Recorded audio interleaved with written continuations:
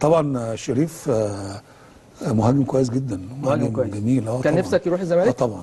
انا من 3 سنين او 4 سنين ما كان بيلعب ما كانوا بيقولوا هيمشي هنطلعه، فانا كنت اتمنى ان هو يجي عندنا، لان هو فعلا مهاجم بيجيب جول من ربع فرصه، من ربع فرصه وباليمين وبالشمال وبدماغه، وبيعرف يتصرف جوه ال 18 وجوه ال6 ياردات.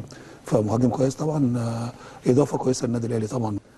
ما هو دلوقتي شريف كان هداف النادي الاهلي ومشي ورجع، هو هداف النادي الاهلي. ما اقدرش اقول عليه اقل من وسام ابو علي، لان وسام ابو علي هداف النادي الاهلي وده هداف النادي الاهلي، وجراد الشهر لما خد الفرصه في بدايه الموسم كان برضه هداف، فالثلاثه زي بعض يعني. هو شريف يستاهل انه يرجع للاهلي. الاخلاقي، المستوى الفني، كلهم الحقيقه تجمعوا في شريف.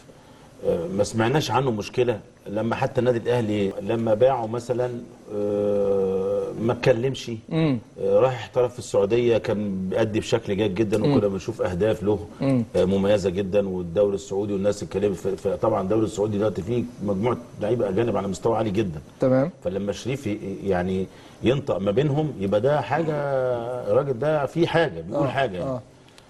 فربنا بيكافئه، انا بقول ربنا بيكافئه الحقيقه على المجهود اللي عمله الفتره اللي فاتت، لان هو فضل مستني لاخر لحظه لعل وعسى الاهلي يجي. ده حقيقي، خلي بالك، ده حقيقي. يعني هو كان ممكن جدا يخلص في اي نادي من في الزمالك يا كابتن كان مكلمه، وكان عارض عليه 45 مليون جنيه في الموسم، وكان بيزيد الرقم ده. ابو لك على تفاصيل، وميدو نفسه كلم وكيله وكلم محمد شريف وكل الكلام من ده قبل ما ميدو يمشي طبعا. والاحلى بعد اذنك يا طارق بقى ان هو ولا غلط في الزمالك ولا اتكلم خالص. طبعا يعني قاعد يقول انا مستني مستني مستني، وبحترم الزمالك وبحترم كل الفرق اللي هو ربنا زي ما بقول لك كافئه، لان هو الولد على المستوى الانساني انسان كويس، وهداف ولعيب كويس، واضافه الحقيقه لاي نادي طبعا. اي نادي حتى لو كان النادي الاهلي في خضم النجوم الموجودين دول، يحسب له ان هو زي ما قال جمال كان ملتزم جدا جدا في تصريحاته. ده حقيقي. كان متوازن جدا في تصريحاته كمان، ما كانش في عنده ميول لاي حاجه حتى للنادي الاهلي.